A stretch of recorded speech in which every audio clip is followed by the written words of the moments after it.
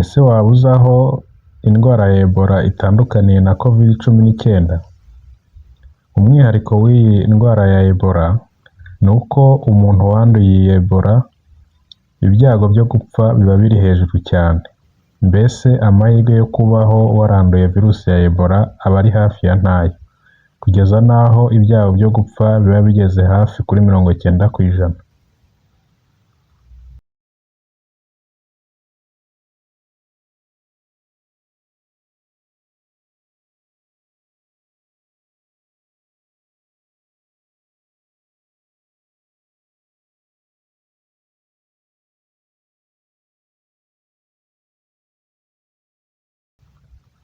Gira ubuzima wowe udukurikira umunsi ku munsi aho uherereye hirya no hino ku isi, nizera ko umeze neza. Niba kandi utameze neza ihangane kandi ukomere, ejo bizamera neza, kuko kubaho nicyo gishoro. Ibisanzwe njye ndi Fideli, njye muganga wawe w'amenyo.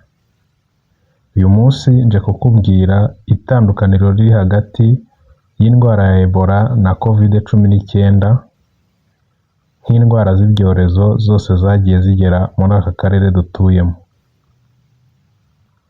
Indwara ya Ebola ni imwe mu ndwara ikomeje kugenda ibica bigacika muri aka karere, akaba ari indwara ishobora guhindukamo icyorezo hatabayeho kuyikumira mu buryo bufatika, ndetse hatabayeho no gufatikanya kw'abaturage hagati yabo.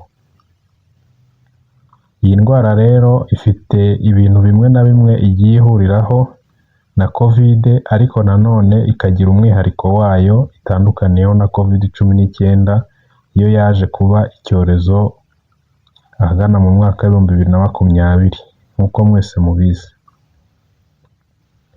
Hari ibintu rero bine by'ingenzi iyi ndwara ya Ebola itandukaniyeho na Covid-19.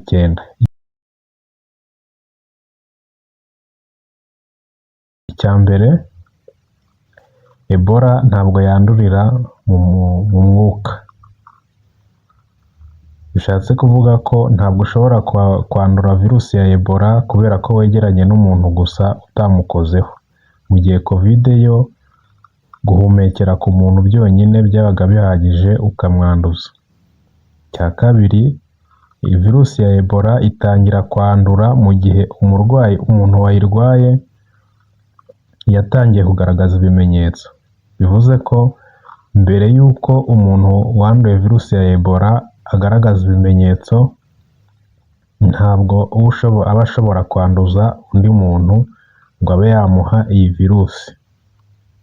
Icya gatatu, virusi ya Ebola iba gusa mu bihugu biherereye munsi y'ubutayu bwa Sahara. Ni ukuvuga ko iyi virusi yagaragaye muri Afurika, cyane cyane mu bihugu biri munsi y'ubutayu bwa Sahara. Ntabwo iyi virusi yari yanzurwa nk'icyorezo kuko iboneka muri Afurika gusa, bivuze ko no kuyirinda bishoboka cyane. Kuyikumira ntibe yagera kure ngo ikwire isi biba bishoboka iyo indwara ikiri mu gace kamwe. Ikindi cya kane,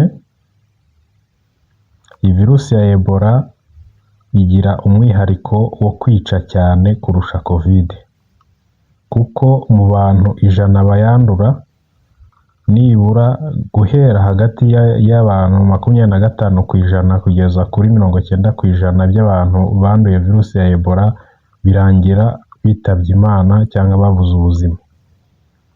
Mu gihe Covid, ibyago by'uko Covid yakwica byo byari biri munsi ya 1%, kuko ibyago byo kugira ngo Covid ikwice byari biri hagati ya 0.02% kugeza kuri 17%, cyane cyane ku bantu bakuze nibo yibasiraga cyane, yakundaga guhitana.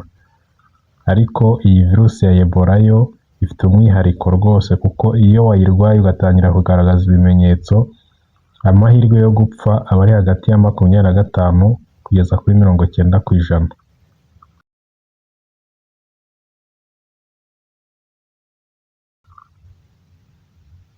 Ndagushimiye rero wowe wakurikiye iyi video yose. Niba waramaze gukora subscribe, ndagushimiye cyane. Niba utarayikora, iki nicyo gihe cyo kuyikora kugira ngo ujye ubasha kubona video tukugezaho ku gihe.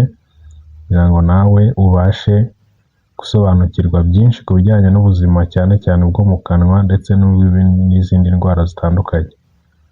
Kanda like, share na comment kuri iki kiganiro kugira ngo bagenzi bawe babashe kumenya aya makuru nabo dufatanye hamwe kwirinda virusi ya Ebola.